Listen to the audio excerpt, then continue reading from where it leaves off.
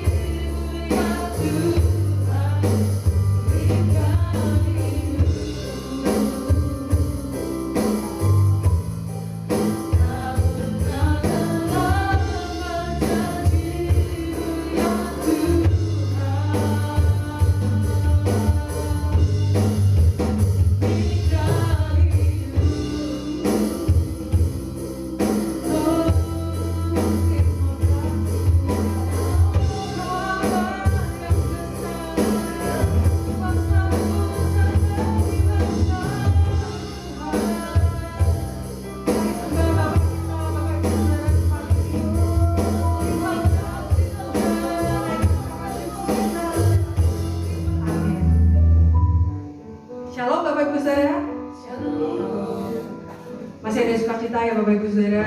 Apapun hal yang terjadi dalam kehidupan kita, mungkin sepanjang minggu ini ada hal yang buruk dan ada hal yang baik yang mungkin berdatangan dalam kehidupan kita. Tapi kamu mau tetap ya, kita mau tetap berucap syukur kita kepada Tuhan. Amin. Mari kita naikkan ucapan syukur.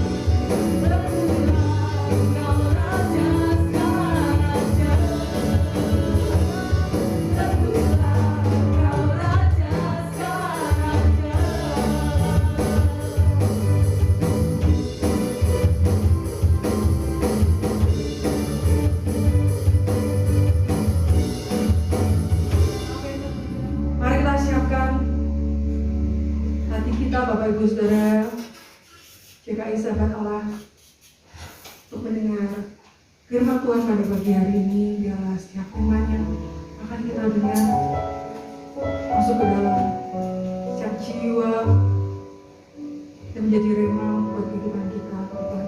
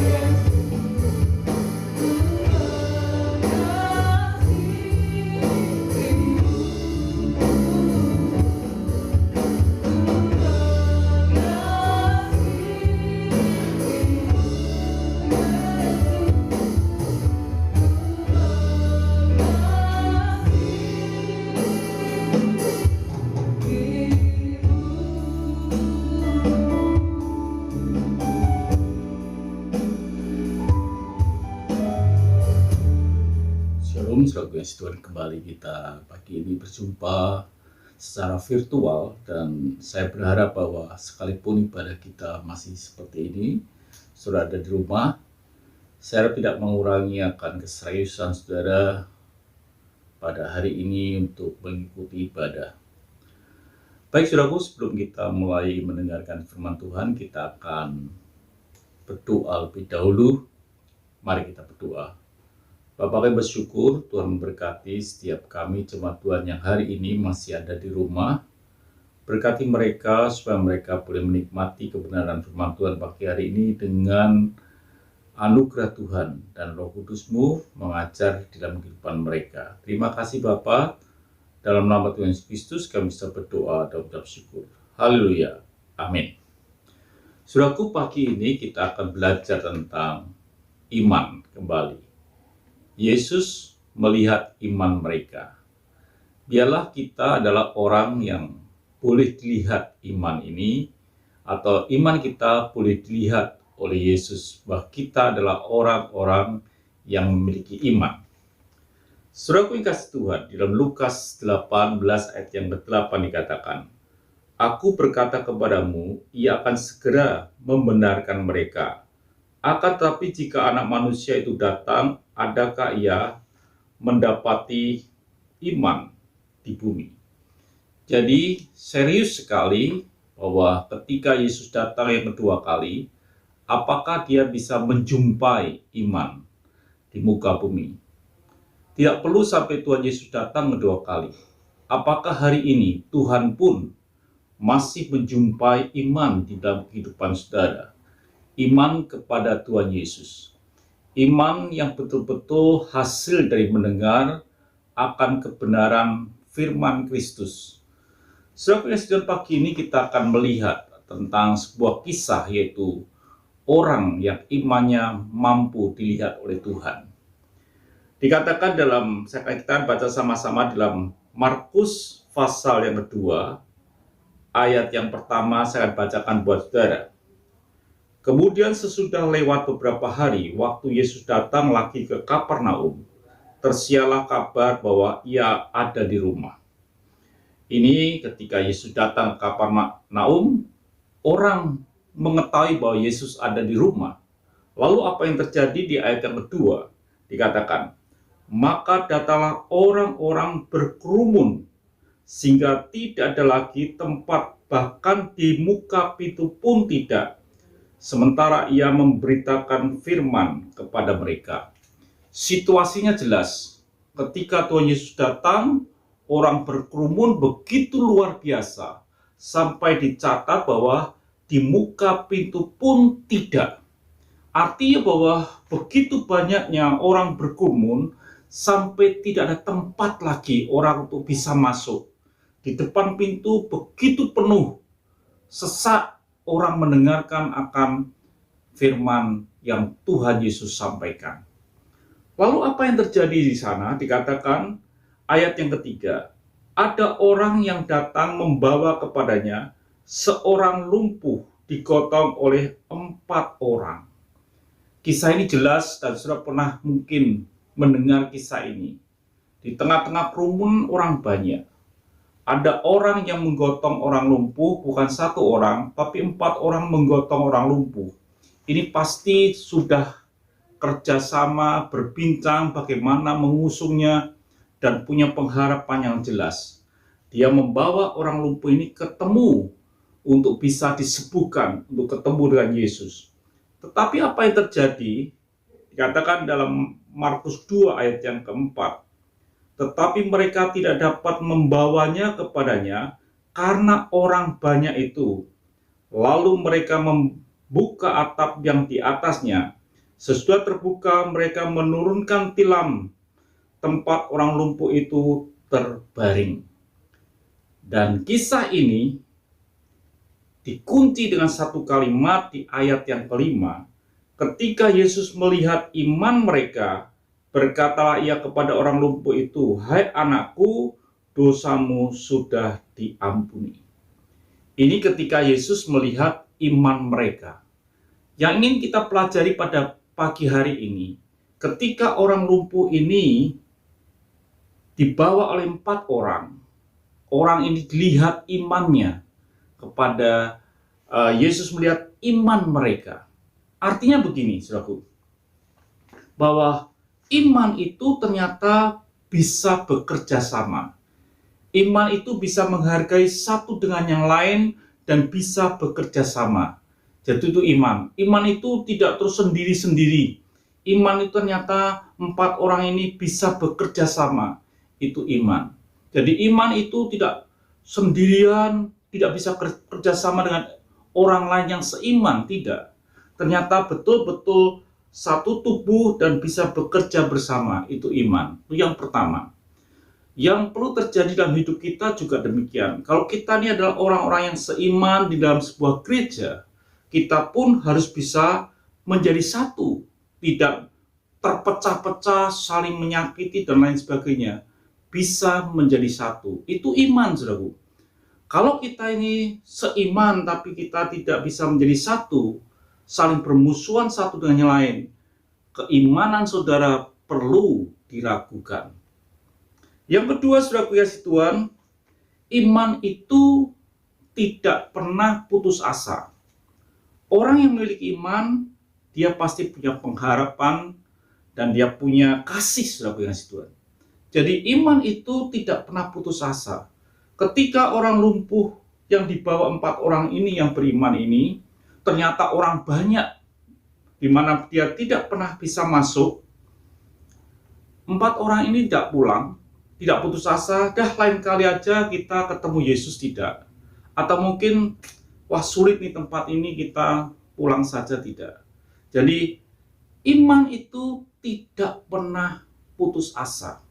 Kalau saudara berkata, aku orang beriman, seharusnya dalam hidup saudara itu tidak pernah putus asa.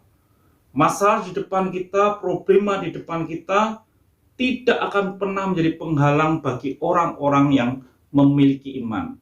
Karena iman tidak pernah berputus asa. Yang ketiga yang kita perlu pelajari di sini, iman tidak pernah menggerutu. Ketika orang begitu banyak di depan pintu dan dia sudah membawa orang lumpuh ini, tidak diceritakan berapa jauhnya dia membawa. Tetapi ketika dia menjumpai akan begitu orang banyak di depan pintu dan dia tidak pernah bisa masuk, 4 orang ini yang beriman tidak pernah menggerutu. Dia tidak berkata, orang ini tidak tahu diri, kenapa tidak mau minggir, kenapa tidak menghargai kita, kenapa ini seperti ini, seharusnya tidak begini, dan lain sebagainya. Tidak pernah menggerutu, saudaraku. Tidak pernah mengeluh dengan situasi yang ada di depannya. Apakah saudara adalah orang-orang yang beriman? Kalau saudara orang beriman adalah orang yang tidak pernah menggerutu. Yang jelas, yang diceritakan orang yang menggerutu bersungut-sungut adalah bangsa Israel ketika mereka keluar dari Mesir dalam perjalanan bersama dengan Tuhan. Dia menggerutu, dia bersungut-sungut, dia mengeluh, dia tidak tahan melihat situasi yang ada di depannya. Dia tidak bisa melihat pengharapan, dia tidak bisa melihat jauh ke depan bahwa ada tanah yang Tuhan janjikan. Bahkan dia ingin kembali ke Mesir.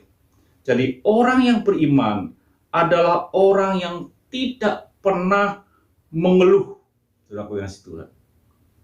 Yang berikutnya yang perlu kita pelajari, orang yang beriman adalah orang yang tidak hidup dengan apa kata orang, tapi dia menghidupi apa yang dia percaya.